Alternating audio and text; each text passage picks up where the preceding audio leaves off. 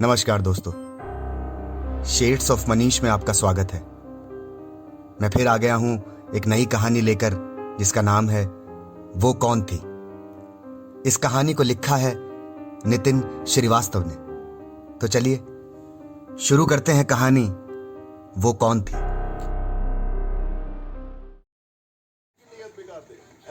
हम अपने drawing room में बैठे टीवी देख रहे थे।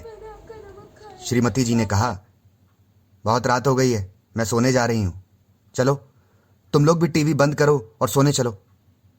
इतना कहकर वो उठकर बेडरूम में चली गईं। मैंने एक निगाह घड़ी पर डाली। 12:30 हो चुके थे। मैंने बेटे से बेडरूम में चलने को बोला और खुद टीवी ऑफ कर ड्राइंग रूम को थोड़ा व्यवस्थित करने लगा। मेरा बेटा बेडरूम के दरवाजे तक गया, थोड़ा रुका, फिर वापस आ गया। वो मेरे पास आकर बोला, पापा आप भी चलो ना, मैं अकेला नहीं जाऊंगा, मुझे डर लग रहा है। मैंने उससे कहा, बेटा डरने की क्या बात है, मम्मी तो रूम में ही है। पर वो जाने को तैयार ही नहीं हुआ। तो मैं उसे लेकर कमरे में आया। कमरे में अंधेरा था और मेरी पत्नी बेड पर सिर झुकाकर बैठी थी। मैंने उसे आवाज दी, क्या हुआ, ऐसे क्यों बैठी हो और ये लाइट क्यों बंद कर रखी है? जब उसकी तरफ से कोई जवाब नहीं आया तो मैं बेटे को पीछे छोड़कर उसके पास पहुंच गया और उसका चेहरा अपने हाथ में लिया तो चेहरा पूरी तरह गीला था। ऐसा लगता था कि वो बहुत देर से रो रही हो और आंसुओं से चेहरा गीला हो गया हो। इससे पहले कि मैं कुछ और बोलता, पीछे से आवाज आई, क्या बड़बड़ा रहे हो अंधेरे में, लाइट तो ऑन कर लेते। मैंने हड़बड़ा कर पीछे देखा तो श्रीमती जी अटैच बाथरूम से निकलकर लाइट जला चुकी थी। मैं आश्चर्य से उसे देख रहा था और मेरा बेटा डरा हुआ सब मुझे देख रहा था। मेरी पत्नी ने दोबारा जोर से पूछा, क्या हुआ, ऐसे क्या देख रहे हो और हाथ में क्या है? और मुझे भी होश आया और मैंने अपने हाथों को देखा। हाथों को देखकर ऐसा लगता था कि जैसे मैंने दोनों हाथों में कुछ उठा रखा हो, पर हाथ खाली थे, लेकिन हाथों में गीलापन अब भी था। कुछ नहीं, मैंने किसी तरह बोला और बाथरूम की ओर चला गया। मेरी आवाज लड़खड़ा रही थी। हाथ धोकर बाहर आया तो बेटा और पत्नी सोने के लिए लेट चुके थे। मैंने तौलिए में हाथ पोंछने की कोशिश की, पर शायद वो तौलिया मेरे हाथ के गीलेपन को हटाने में असमर्थ था। मैं चुपचाप वैसे ही गीले हाथ लिए सो गया। मैं आज तक ये समझ नहीं पाया कि वो कौन थी, क्यों आई थी, और क्या मेरा बेटा भी उसे महसूस कर सकता था, क्योंकि इससे पहले कभी वो अंधेरे कमरे में जाने से नहीं डरा। क्या हुआ था उस रात, ये भी एक राज है। यह इस कड़ी की पहली घटना थी और इसी कड़ी में अगली घटना ठीक 2 दिन बाद हुई। हम गहरी नींद में सो रहे थे। अचानक मेरे बेटे ने मुझे जोर से हिलाया, पापा पापा। मैंने आंख खोली तो देखा कि बेटा बेड पर पालती मारकर बैठा था और थोड़ा डरा हुआ सा था। मैंने उससे प्यार से पूछा, क्या हुआ बेबी? वो बोला, पापा वो आंटी रो क्यों रही थी? मुझे कुछ समझ नहीं आया तो मैंने दोबारा पूछा, कौन सी आंटी रो रही थी? वो बड़े भोलेपन से बोला, मुझे तो पता नहीं कि कौन सी आंटी थी, वो गेट के पास खड़ी थी और रो रही थी। मैंने पूछा, कब बेटा, कब खड़ी थी? उसने आंखें बड़ी करके कहा, अभी अभी तो खड़ी थी जब मैंने आपको जगाया, लेकिन फिर चली गई। मैं समझ गया, इसने सपना देखा था और अचानक उसकी नींद खुल गई, इसलिए उसे ऐसा लग रहा था कि वो सच है। मैंने उसे लिटाया और कहा, कोई बात नहीं, हम सुबह चेक कर लेंगे, अब सो जाओ, और उसे थपकी देकर सुला दिया। अगले दिन बेटा स्कूल चला गया। पत्नी को भी मैं उसके ऑफिस छोड़ आया और खुद ऑफिस के लिए तैयार होने लगा। अब भी मेरे दिमाग में रात की बात घूम रही थी। क्या मेरे बेटे ने सच में सपना देखा था, या उसे भी वैसा ही एहसास हुआ था जैसा कुछ दिन पहले मुझे हुआ था? फिर मैंने अपने सिर को झटका और अपने आप से बोला, मुझे बेकार का वहम हो रहा है, ऐसा कुछ नहीं होता। खैर, मैं तैयार होकर ऑफिस के लिए निकल पड़ा। रास्ते में आज कार फिर दिक्कत करने लगी। जब भी लेट होता हूं ये भी नखरे दिखाने लगती है। मन ही मन गालियां निकालता हुआ गाड़ी से उतरा और चेक करने लगा, पर कुछ समझ नहीं आया। इधर उधर देखा तो कुछ दूर पे एक गुमटी दिखी। गाड़ी लॉक करके वहां पहुंचा तो देखा कि आज मेरी किस्मत अच्छी थी। वो एक मैकेनिक की दुकान थी, पर अभी उसने दुकान पूरी तरह खोली नहीं थी। मैं उससे निवेदन भरे अंदाज में बोला, भाई मदद कर दो, ऑफिस के लिए लेट हो रहा हूं और कार ने ऐन मौके पर रास्ते में धोखा दे दिया। उसने घूर कर मुझे देखा जैसे मैं उसकी जायदाद में हिस्सा मांग रहा हूं। फिर बोला, चलिए देखते हैं। मेरी जान में जान आई। वो कार के पास आ गया और खोलकर चेक करने लगा। देखने से लगता था कि वो अनुभवी मैकेनिक है। सब कुछ देखने के बाद मेरी ओर घूमकर बोला, भाई साहब क्यों गाड़ी की बैंड बजा रखी है? मैंने अनजान बनते हुए पूछा, क्यों, क्या हो गया? वो हंसते हुए बोला, आप अमीर लोग गाड़ी खरीद लेते हैं और उसको रगड़ते रहते हैं।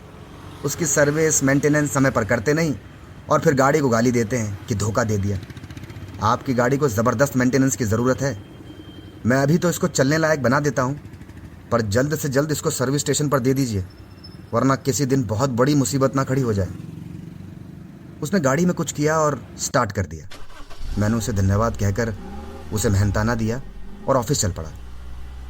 रास्ते में मन ही मन सोच रहा था, अगर इतनी ही प्रॉब्लम थी तो स्टार्ट कैसे हो गई? यूं ही डराते हैं ये लोग। कहाँ से कराऊं सर्विस? ना समय है ना पैसा। चलो फिलहाल काम चल गया, बाद में देखते हैं। शाम को ऑफिस से लौटकर घर आया और पत्नी के साथ बैठकर चाय पी रहा था।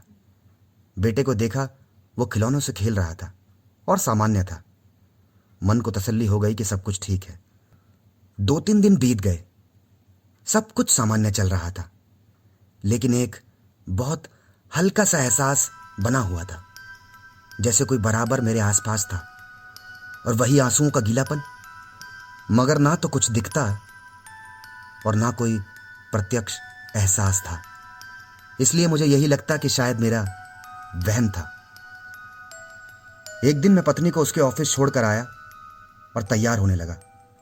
मैं नहाकर बाथरूम से बाहर निकला तो अचानक देखा कि एक साया मेरे बेड पर बैठा है।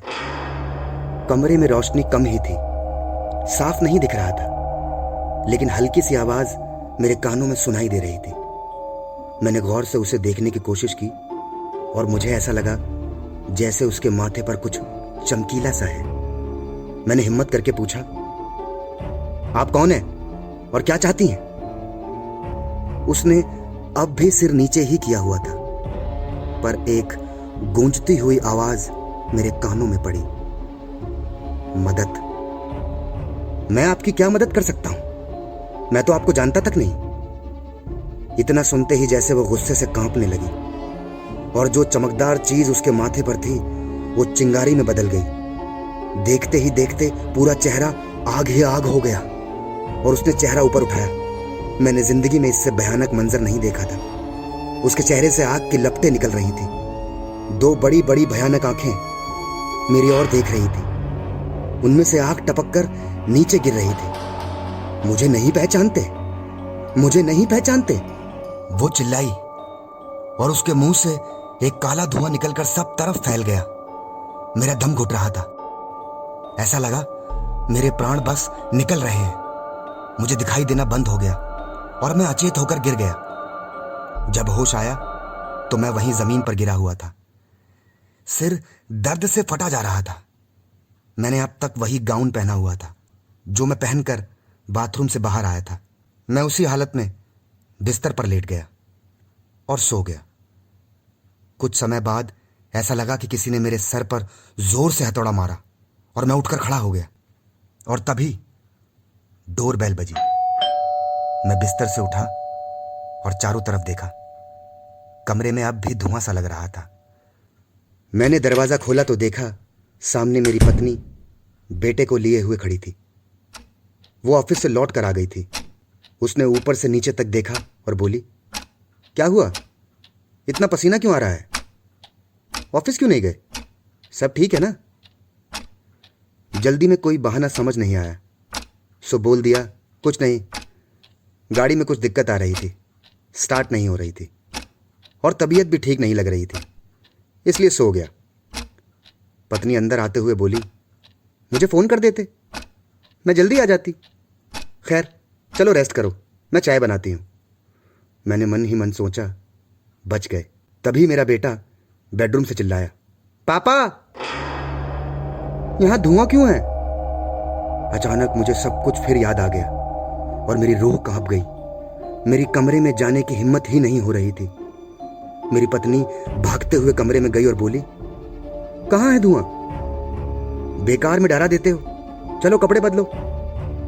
मैं कमरे में आया तो देखा दोनों उसी जगह खड़े हैं जहां वो बैठी थी। बेटा बोला, मुझे लगा इसलिए बोल दिया, आप लोग तो डांटते रहते हो, और कपड़े बदलने लगा। अगला दिन छुट्टी का था और हमने घूमने का प्लान बनाया हुआ था। सुबह उठते ही बेटे ने कहा, पापा कार तो खराब है, हम घूमने कैसे जाएंगे? मैं अपनी ही बात में फंस गया, लेकिन बात संभालते हुए बोला, वो मैंने कल शाम को चेक कर लिया था, एक तार निकल गया था, वो लगा दिया है, अब ठीक है।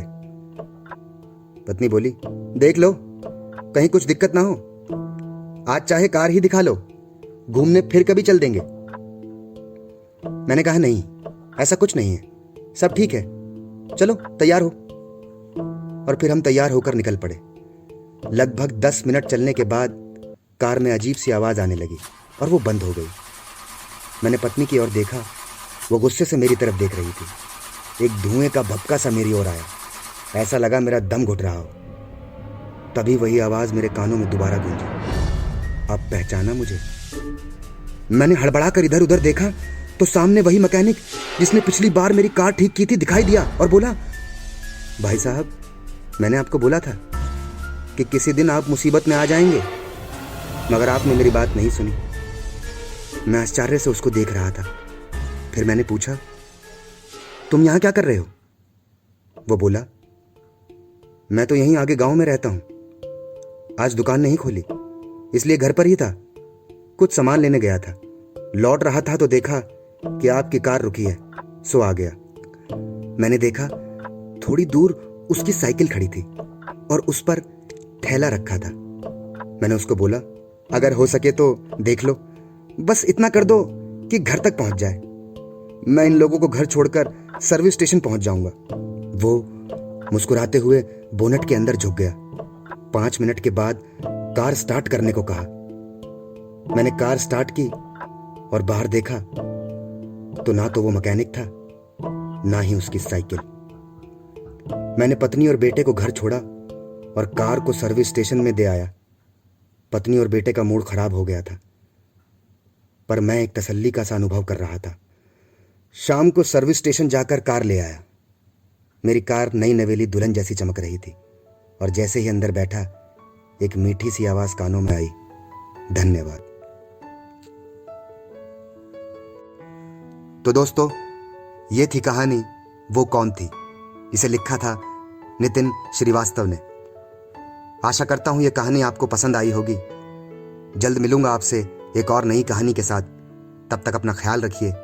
लेकिन उससे पहले मेरी आपसे दरख्वास्त है कि अगर आप मुझे फेसबुक पर सुन रहे हैं तो पेज को लाइक करना मत भूलिएगा, और अगर आप मुझे यूट्यूब पर सुन रहे हैं तो चैनल को सब्सक्राइब ज़रूर कर दीजिएगा। चलता हूँ, अपना ख्याल रखिए। नमस्कार।